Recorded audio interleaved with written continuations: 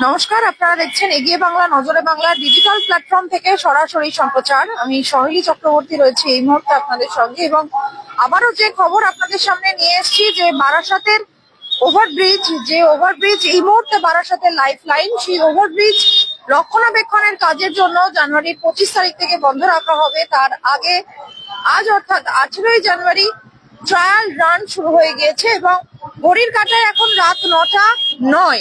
আর ঠিক এখন থেকে কিন্তু ফের বন্ধ করে দেওয়া হলো এই ওভারব্রিজের যান চলাচল। এবং আপনারা দেখতে পাচ্ছেন যে বারাসাত থানার পুলিশ আধিকারিকরা রয়েছেন, ট্রাফিক পুলিশের তরফ থেকে লোকজন রয়েছেন, সিভিক ভলেন্টিয়াররা রয়েছেন, তারা সকলে মিলে কিন্তু একেবারে ত্রিস্তরীয় নিরাপত্তা বলা যায়, মানে ত্রিস্তরীয় ব্যারিকেড যেটাকে বলা হয়, একদম কলোনির মোড়, ব্রিজের ঠিক আগে এবং ব্রিজের আরেকটু এগিয়ে মোটামুটি একদম ত্রিস্তরীয় ব্যারিকেড দিয়ে কিন্তু ঘিরে ফেলেছেন গোটা এলাকা। এই মুহূর্তে আমরা সরাসরি তুলে ধরছি সেই ছবি।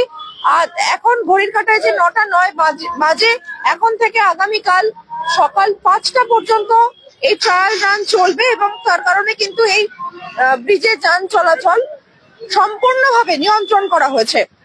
আমরা সকালেই যে খবর আপনাদের সামনে তুলে ধরেছিলাম যে সাধারণ মানুষের চলাচলের ক্ষেত্রে বিকল্প পথের ব্যবস্থা কিন্তু ট্রাফিক পুলিশের তরফ থেকে করা হচ্ছে।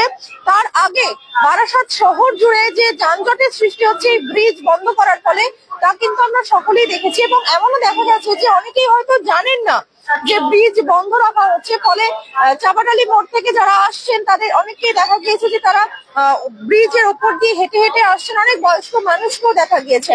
আজ সকাল থেকে মাইকিং করে বারাসাত শহরের বিভিন্ন জায়গায় কিন্তু ব্রিজ বন্ধ যে থাকবে, যে ট্রায়াল রান চলছে বারাসাত ট্রাফিক গার্ডের তরফ থেকে, সেই কথা কিন্তু ঘোষণা করা হয়েছিল। কিন্তু তারপরেও সে অর্থে কোন রকমের সাধারণ মানুষের কাছে যে সেই বার্তা পৌঁছানো, সেটা কিন্তু দেখা যায়নি। আর অনেক এই রাস্তা বন্ধের ক্ষেত্রে যারা জানেন না তাদেরকে কিন্তু ফিরে যেতে হচ্ছে। আপনারা দেখতে পাচ্ছেন যে সেই ছবি আমরা সরাসরি তুলে ধরছি আপনাদের সামনে।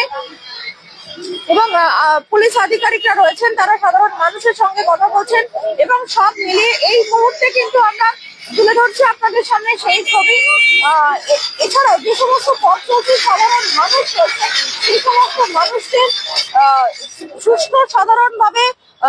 সুষ্ঠুভাবে বোঝানোর জন্য কিন্তু ট্রাফিক পুলিশের আধিকারিকরা তারাও কিন্তু একেবারে তৎপরতার সঙ্গে কাজ করছেন। আপনারা দেখতে পাচ্ছেন যে এখনো ব্রিজের ওপর থেকে বহু মানুষ পায়ে হেঁটে কিন্তু চাপাডালি মোড় থেকে কলোনির মোড়ের দিকে আসছেন এবং গোটা রাস্তা যেভাবে ব্যারিকেড দিয়ে আটকে দেওয়া হচ্ছে, তাতে নিঃসন্দেহে আবারও বারাসাত শহর জুড়ে যে একটা যানজটের পরিস্থিতি তৈরি হতে পারে এই কথা বলাই যায়। তবে এর জন্য বারাসাতের ট্রাফিক পুলিশের তরফ থেকে কি প্রয়োজনীয় ব্যবস্থা নেওয়া হয় সেদিকে আমাদের নজর থাকবে। পাশাপাশি এই ট্রায়াল রান কতটা সফল